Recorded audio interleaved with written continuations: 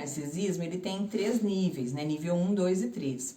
O nível 1 é fácil da gente perceber, assim, num tom mais leve. São aquelas pessoas que parecem invejosas, né? A pessoa que sempre tá dando um comentáriozinho, um comentáriozinho maldoso. A gente vê isso em todos os relacionamentos, né? Amizade, maternidade, família. Mas esse nível é tipo assim, a pessoa ela é nível 1, e aí ela pode progredir pro nível 2? Pode. Tanto que a gente tem aí, vamos supor, se uma pessoa tem uma vida desregulada, vamos supor, se essa pessoa alcoolista, usuário de droga, se ela não cuida da saúde mental dela, o cérebro, uma hora ou outra, vai proporcionar um surto, né?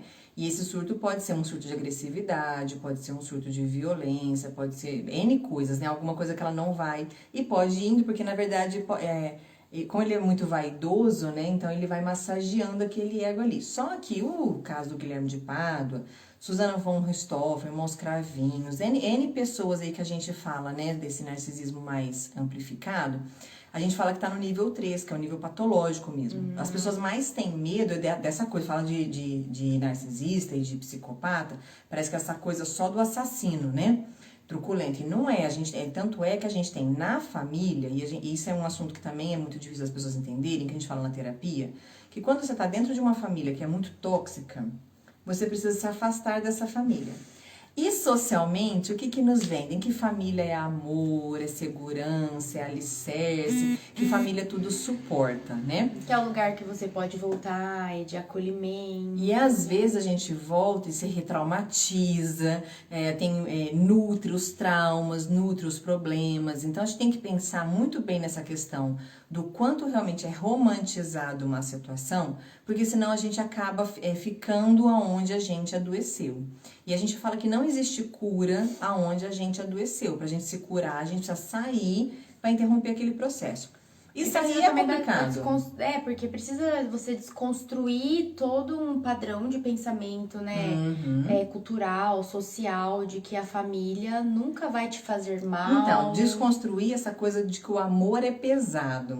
Porque parece que só valor... E aí o amor em todas as escalas. O amor do casal, o amor da família, o amor da mãe, materno, do filho.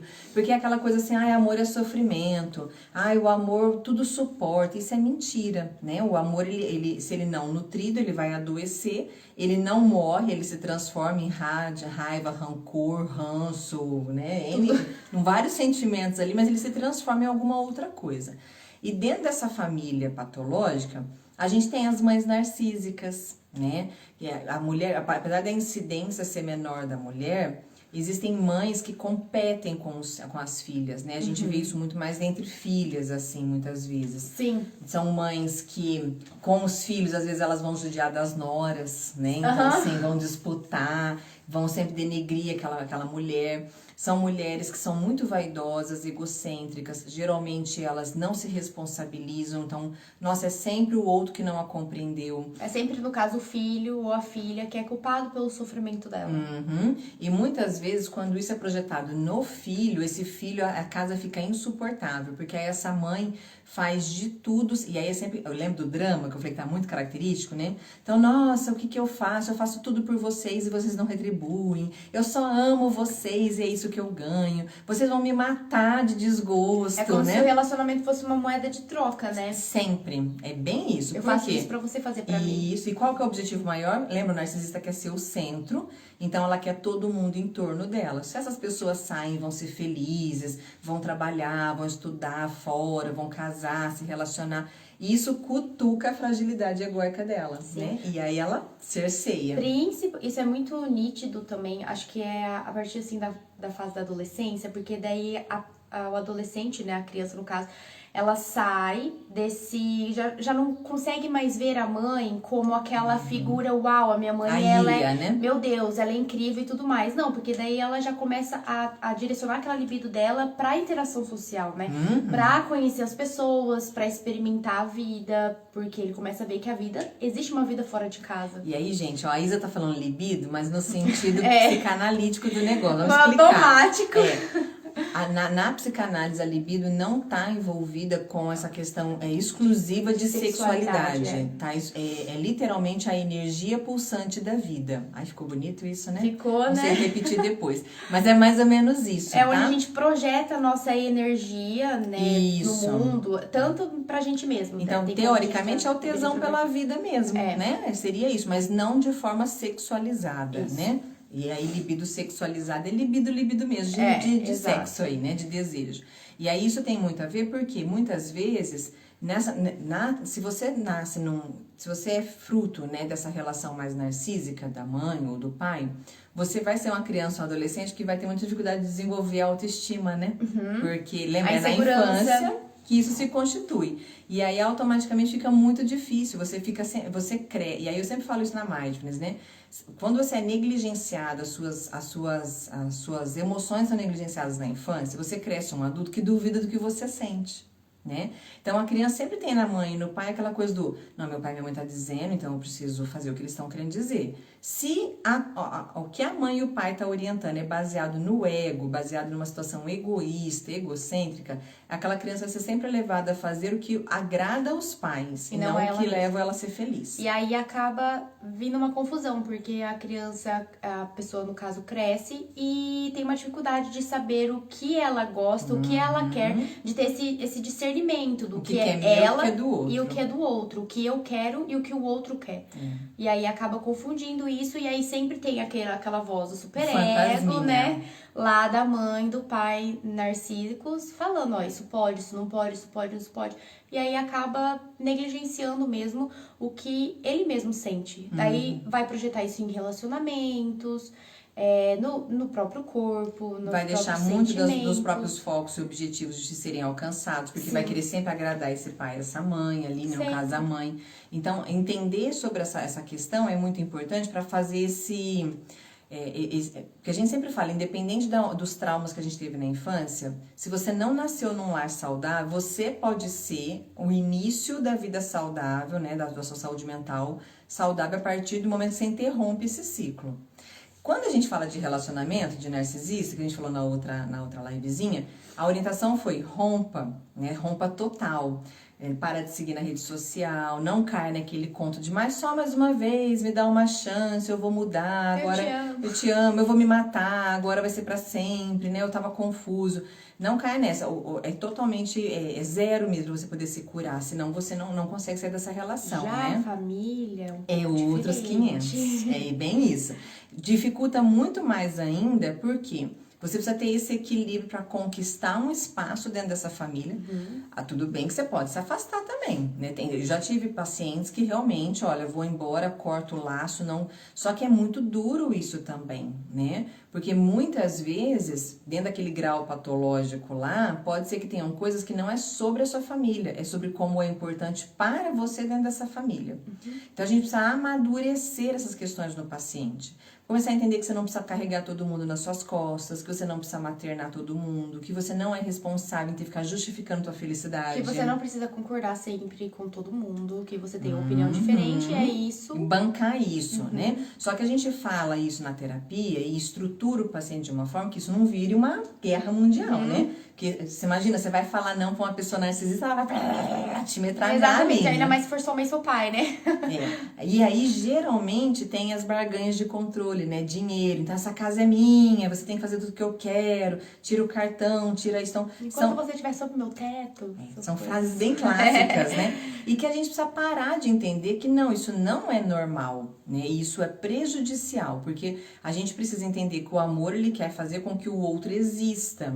Então, a gente precisa entender onde começa um e termina o outro. Se você tem uma mãe narcisista, olha que bagaceira que é isso. Que difícil, difícil, né? Acho que é mais difícil ainda do que no relacionamento. E geralmente acontece o que aconteceu na livezinha passada, quando eu comecei a falar e as pessoas começaram a identificar, nossa, acho que minha relação tá meio adoentada. Nossa, tô começando a entender meu marido, meu parceiro, meu namorado, como... E aí as pessoas até falaram, nossa, eu recebi um monte... As pessoas se identificam com a caixinha, né? E falam, nossa, que pesado. Nossa, achei que só eu passava por isso. Nossa, como é que é? Teve até uma pessoa que falou assim pra mim, nossa, eu queria ouvir o depois, né? Dessa caixinha aí da pessoa pra saber o que aconteceu. Por quê? Porque, lembra, a falta da informação leva você muitas vezes a estar numa posição que você não deseja. Então, quando você vem pra terapia, você vem pra olhar pra você. E aí você começa a entender. O primeiro mês é sempre projeção, né? Eu tô aqui porque fulano de tal fez isso, porque ciclano fez aquilo, porque o patrão, porque o trabalho, porque a família. Então, tem realmente muita coisa que é externa.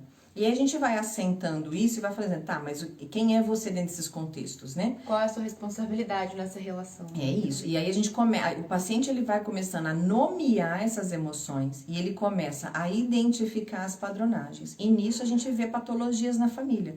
E aí eu tô falando, família é tudo igual, tá? Família é bonitinha, só no porta-retrato mesmo. E novela. Nem novela. Nem novela, né? Agora, né? E a gente precisa começar a entender que não é porque a família é patológica que muitas vezes não tem cura, né? E eu sempre falo, quando um paciente, um membro da família vem pra terapia, automaticamente, por ressonância, tem cura dessa família toda. Primeiro que essa pessoa começa a falar mais, confrontar mais, então vai incomodar. No incômodo, as mudanças acontecem, né? E aí, de duas uma, ou a família vem se tratar, ou você se afasta dessa família, porque você vai considerar. Até porque quando você muda a sua forma de estar e de interagir ali com aquela pessoa, automaticamente aquela pessoa também vai mudar a forma dela de reagir com você. Sim. E é isso que mais ou menos acontece. Sim. E aí, quando a gente vai falar dessa mãe mais narcísica, é uma mãe que literalmente ela compete. Tem níveis bem clássicos, assim, ela às vezes compete até com questão da beleza, né? É uma mãe que tá sempre muito vaidosa e ela tá sempre denegrindo a imagem da filha. Ai, você é gorda, ninguém vai te querer, né? Ai, você tem que se cuidar porque senão seu namorado vai largar de você, ele vai te trair se você não fizer isso. Então você percebe, parece que é um conselho, mas tem sempre uma reticência ali, né? E aí é sempre aquela coisa assim, olha, eu tô falando pro seu bem, né? Essa frase é clássica. Nossa, Estou falando para o seu bem, você faz do jeito que você quiser, mas eu tô te avisando, quase torcendo para dar errado, né? É bem isso. Eu tive um relacionamento, um nível de narcisismo, hoje com todo o conhecimento que eu tenho, vivi com uns psicopatas, era só um namorado, foi horrível, desencadeou em mim uma depressão. E eu sempre falo isso, né? Conviver com uma pessoa narcisista é um divisor de águas, né?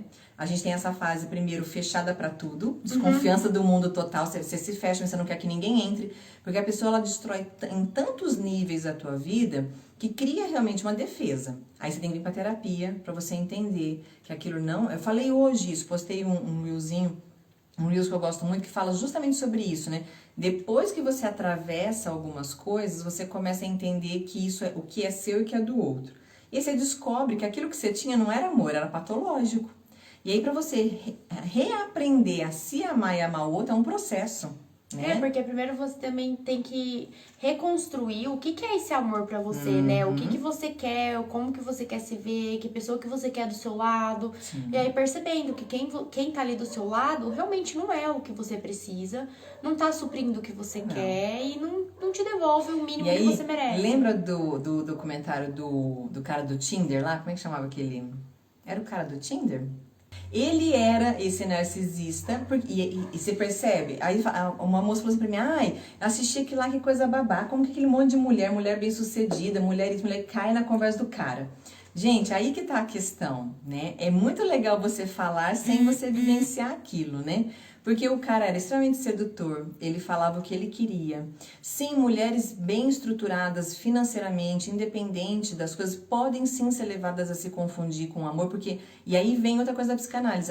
Todo ser humano necessita necessita se sentir pertencente. O que faz a gente se sentir pertencente? Amor, né? Quando você percebe aquilo ali. Você tá carente, você encontra uma pessoa que tem tudo a ver com você, porque o cara ele já vem com o currículo pronto, né? Por isso que é perigoso, a pessoa, ela encontra uma fresta. Eu sempre falo isso, o narcisista e o psicopata, ele tem cabeça de bandido. Cabeça de bandido funciona como? A gente passa perto de uma casa, a gente vê a casa bonita, a gente fala, que casa bonita. O bandido, ele passa e fala, que casa bonita, mas tem uma brecha aqui. O portão é frágil, não é de vidro, a câmera, o segurança, falta guarita. Ele vê todos os detalhes do qual ele pode entrar e invadir. O psicopata e o narcisista faz isso, ele invade a tua vida. E ele pega o que ele quer e dá tchau depois sem virar. Ele sabe muito bem os pontos fracos pra ficar sempre jogando contra você mesmo. E ele vai procurar uma próxima vítima, uma próxima vítima e uma próxima vítima. Então é bem isso, destrói muito. É como isso, quando um bandido entra na sua casa, qual que é a sensação que você tem ao entrar? Que você tá destruída, né? O carinha do Tinder fazia e mostrou isso muito classicamente, o poder de persuasão que ele tinha de fala e para ele construir um mundo ali à parte. Gente, quando eu falei isso no Instagram, eu ainda falei sobre isso. Não é só pelo Tinder que acontece isso, acontece na mesa do bar. Porque quando você tá muito carente, você olha pra pessoa e você vê o que você quer ver. Não o que é realmente a pessoa. A convivência nos traz. Então, a gente pode viver numa relação 10, 15 anos sem ter noção do que tá vivendo, até a máscara cair. Então, é muito palpável. As pessoas falam assim, né? Essa coisa do rápido. Ai, como é que não viu? Não vê, gente. Porque quando você tá dentro do furacão, você não vê nada. Você só vê o furacão. Sem contar que isso também tem uma questão muito social, né? Da mulher ter que aguentar toda de uma criação. Que é normal, né? De mães narcísicas que passam isso, né? O que é normal, o que deve, o que não deve. E aí, consequentemente, essa filha vai procurar isso. A padronagem ali. Exatamente. Da submissão, do que é ruim. E aí a gente fala, né? Outro dia me perguntaram, mas falando sobre naquela caixinha lá, me perguntaram, eu não quero me separar porque eu não quero criar meus filhos sem pai. E aí eu questionei, né? Que tipo de pai ele tá sendo? Porque se é um cara, ele é um cara extremamente egoísta, isento de responsabilidades, se ele tá ausente, se esse casal não convive como se essas crianças não veem sintonia, interação, amor, gentileza, mas vê duas pessoas silenciosas dentro de casa, o que esses filhos estão absorvendo que eles vão projetar lá na frente? Então, viu como é que Sem contar que a relação que você tem com o seu marido, enfim, quem seja, é uma coisa distinta de você ser mãe e pai. Sim. São duas relações mulher e diferentes. homem, pai e mãe. Exatamente. Então tem muita coisa dentro dessa questão egóica que a gente precisa começar a entender. E se fortalecer dentro dessa questão de mulher é muito importante porque a gente precisa entender o que dentro desse feminino a gente está suportando, o que vem de origem familiar, porque se eu venho de uma... E a gente sempre fala na psicanálise, né? Muitas vezes os problemas do nosso relacionamento são as disfuncionalidades dos nossos pais. E aí, entende? Não é culpar os pais. É o que você vai fazer a partir disso, querendo uma vida melhor e tranquila. Eu já falei disso também nos meus stories uma vez, que eu venho de uma família de muita violência, de bisavós e avós com muita violência, tanto de pai e mãe, né? Então, meus pais, minhas tias vieram com um pensamento de que casamento não era bom, né? Cresceram num ambiente extremamente violento. Então, por mais que eles soubessem isso, muitas vezes eles repetiram comportamentos que eram destrutivos com eles, né? E com os filhos, né? Essa coisa do vou bater para educar, não vai, tem que me respeitar agora, senão vai perder o respeito depois. O que é isso? Criação violenta, né? Presença de álcool, confusões, todo mundo casou super jovem, né? Porque para sair da casa dos pais, o que fazia? Casava e repetia, e repetia. Então tem muita coisa que nós que a gente precisa cuidar, né? E aí já desmistificando que psicólogo também tem os mesmos problemas, viu, gente? Como diz a Valentina Tchek, né? Porque a gente precisa romper muita coisa. E pior ainda porque a gente ainda sabe na teoria e tem que colocar isso na prática, na análise, né? Difícil. Então, às vezes, fazer terapia assusta muito porque a gente começa a falar de saúde mental e a entender como a nossa cabeça funciona e que tem... E aí lembra que eu falei da maldade, né? A maldade existe, né? Tem pessoas... E aí lembrando, narcisista não é a pessoa que vai mudar, gente, né? Pessoas normais que querem melhorar, elas mudam. Elas vêm pra terapia, elas mudam. Os narcisistas, eles não têm intenção de mudar. Então, ele vai vir pra terapia e ele vai manipular a terapia, ele vai parar a terapia, ele vai sair. Se você tem alguém narcisista do seu lado, essa pessoa dificilmente vai te apoiar aí na terapia. E as clássicas que a gente escuta, né? Depois de sua terapia, tá tudo ruim. Essa profissional tá confundindo a sua cabeça. Ela é contra nós. Ela quer que você termine o casamento. Ela quer que você saia de casa. Mães vêm e falam, eu quero saber o que você tá fazendo pra minha filha, porque agora ela não me ouve mais, né? Essa é clássica também, já ouvi bastante. E a gente começa a falar, opa, mas o que você tá ouvindo também da sua filha, do seu filho? O que você tá ouvindo da sua parceira, do seu parceiro? Então, a gente precisa começar a amplificar melhor esses conhecimentos para vocês nomearem essa nossa intenção aqui, né, Isa? E aí, vocês começarem a pensar sobre, opa, isso é normal ou isso não é? Meus pais moravam no interior de São Paulo e eu morava sozinha, tentou me matar 2 vezes, cheguei a desmaiar. Meus pais não sabem disso. Agora eles devem estar sabendo, eu tô lendo aqui, hein? Da tentativa de homicídio. Meus pais perceberam e foram me buscar. Tenho que sumir para eles parar de me ameaçar. Tive que sumir para eles pararem de me ameaçar. Exatamente. Então, aí as pessoas ficam falando que eu sou chata, que eu fico falando dessas coisas aqui no Instagram. Gente, eu já falei, se eu tivesse floricultura, eu ia falar de florzinha, de romance, né? Se eu tivesse loja de presente, eu ia falar sobre presentear. Eu trabalho com saúde, nós trabalhamos com saúde mental. E saúde mental é muito legal, mas a gente trabalha antes com tudo que há de pereba de saúde mental, né? Então tem um lado muito sombrio, né? As pessoas ficam assim, ai, será que isso existe mesmo? Ai, será que é assim? É, gente. Tanto é que eu falei, tem uma pessoa que me pediu pra contar a história dela, eu tô pensando, como é que eu vou fazer isso? Por quê? Porque isso é muito real, isso não é coisa só de artistas, não é só coisa da filha da Glória Pérez. É do dia a dia, gente. E é altíssimo no dia a dia o que acontece. A questão é, a vítima de abuso, muitas vezes, ela tem que romper uma vergonha muito grande para ela poder falar sobre isso. Até porque é isso, nossa, como é que eu vou contar pro meu pai e pra minha mãe que eu tô sendo ameaçada de morte? Até porque, querendo ou não, no padrão que a gente vive hoje, se a gente, dependendo o pai, a mãe, né, a história familiar, a gente vai contar, a culpa vai voltar pra você. Sim. E aí aumenta mais ainda. O que porque você fez, né? O que você fez pra desregular ele? Exatamente. O que você provocou? Você viu que ele tava nervoso porque você já foi falar mais. Gente, quando a pessoa ela começa a falar, ela já tem anos ali de coisas que ninguém tá escutando, né? E isso é incômodo que eu falo aqui pra vocês. Você imagina como é que é incômodo pra pessoa que tá vivendo e não tem quem escuta. Tem o do Ted. É Ted Bundy. Esse mesmo. Ted Bundy. Esse também é caso real e vale muito a pena assistir. Porque ele tinha o carro, né? Eu acho que uma coisa assim. E aí você percebe, ele ainda tinha, ele era casado, tinha família, falava de um amor pela sua esposa, mas tinha todo um poder, tanto é que tinha um poder de persuasão das mulheres acharem que ele era um ótimo partido, né? O cara assassino confesso. Então, olha a patologia da outra pessoa dando match nisso. Ai, tem um assassino ali, me apaixonei por ele. E a pessoa não para pra pensar o quanto você tá adoentada, né? Nisso tudo. Sim, gente, porque pra você olhar pra uma pessoa e você se apaixonar, sentir um prazer, alguma coisa, com uma pessoa que ela é totalmente patológica, totalmente fora de si, também é alguma coisa errada. Sim, também tem uma coisa aí fora da linha. Muita coisa errada, né? É. Mas existe sim possibilidade da gente curar essa parte, da gente ser feliz, né? Sim. E é muito bom, olha lá, faz 20 anos já. É muito bom quando a gente escuta histórias de superações, porque geralmente quando chega até nós, a pessoa tá em frangalhos, a gente ajuda nesse processo de superação, né? E eu vibro mesmo, fico super feliz quando alguém consegue se separar de uma relação abusiva, quando alguém recebe apoio. Então é muito difícil passar por esse processo, mas é possível passar. E aí eu sempre falo, você tem que escolher duas dores, qual das duas dores você quer, né? Se separar disso é muito difícil, aguentar julgamento é muito difícil, mas também viver uma vida infeliz só pra ter um status, meu Deus do céu, né? É mais doentio ainda. Exato.